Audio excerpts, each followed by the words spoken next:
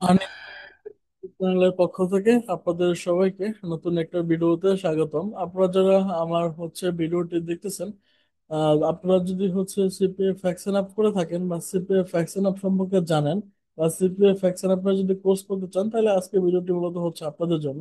আপনারা চাইলে আমাদের কাছ থেকে সিপিএ মার্কেটিং কোর্স করতে পারবেন এবং সিপিএ ফ্যাকশন আপ করার জন্য বিভিন্ন ধরনের টুলস পারচেজ করতে পারবেন।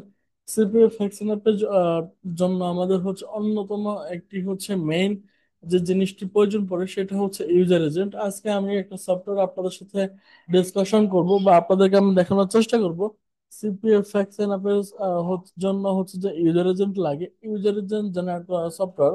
আমি এটা মিনিমাইজ করতেছি, আপনারা আশা করি স্ক্রিন দেখতে পারতেছেন। এখানে দেখেন আইওএস কান্ট্রি বেসড, এখানে ইউজার এজেন্ট জেনারেট করা যাবে, এটা সেরকম সফটওয়্যার। আপনার এখানে দুই ধরনের ইউজার এজেন্ট জেনারেট করবে, ফার্স্ট ইউএস এর এবং আরেকটা ইউকে। ঠিক আছে, আমি যখন এই সফটওয়্যার রান করব, টেক্সট ফাইল আকার দেখবেন এইখানে কিংবা এইখানে যে কোনো পিসির যে কোনো অপশনে, মানে স্থানে আমাকে একটা টেক্সট ফাইল আকারে আমাকে ইউজার এজেন্ট গুলো দিয়ে দিবে। আমি দেখেন এখানে ডাবল ক্লিক করতেছি, এটা রান হয়ে গেল। এখন দেখবেন এই পাশে দেখেন অটোমেটিক্যালি একটা টেক্সট ফাইল জেনারেট হয়ে গেছে। আমি যদি এটা যদি একটু ওপেন করি, আমি দেখাই, আপনার দেখাই, দেখেন এখানে ইউএস বেসড আমাকে ইউজার এজেন্ট জেনারেট করে দিচ্ছে। ইউএস এর উপর বেস করে আমার যতগুলো লাগবে আমি জাস্ট কমান্ড দিয়ে দিব, আর এতগুলো লাগবে ওইটার উপর ডিপেন্ড করে ঠিক ততগুলো আমাকে ইউজার এজেন্ট দিয়ে দিবে। হ্যাঁ, এখানে আমাকে মোট 20টার মতো ইউজার এজেন্ট দিচ্ছে, আমি 20টা কমান্ড দিয়ে দিছিলাম। ইউএস এর এবং ইউকে দিয়ে দিচ্ছে, এবং এখানে ডিভাইসের মডেল এবং টাইম এবং এখানে কান্ট্রিটা দেখা যাইতেছে।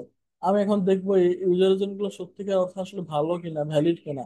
এটা দেখার জন্য ফার্স্ট আমি একটা ইউজার এজেন্ট আমি সিলেকশন করে এখান থেকে কপি করে নিতেছি। কপি করে নেওয়ার পরে আমি এখানে আমি ইউজার এজেন্টটা টেস্ট করব। এটা 51 ডিগ্রি একটা সাইট।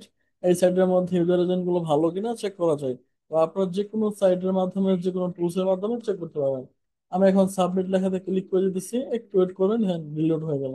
নিচে দিকে স্ক্রল করে এখানে আমার ইউজার এজেন্ট সম্পর্কে ডিটেলস দেখা যাবে। দেখেন এখানে আপনি হার্ডওয়্যার ভেন্ডর অ্যাপেল, তারপরে এখানে মডেল দেখা যাইতেছে, এখানে নেম দেখা যাইতেছে। ওকে, তারপর প্ল্যাটফর্ম ভেন্ডর অ্যাপেল আইওএস, তারপর দেখেন ভার্সন, তারপরে ব্রাউজার ভেন্ডর এখানে ফেসবুক।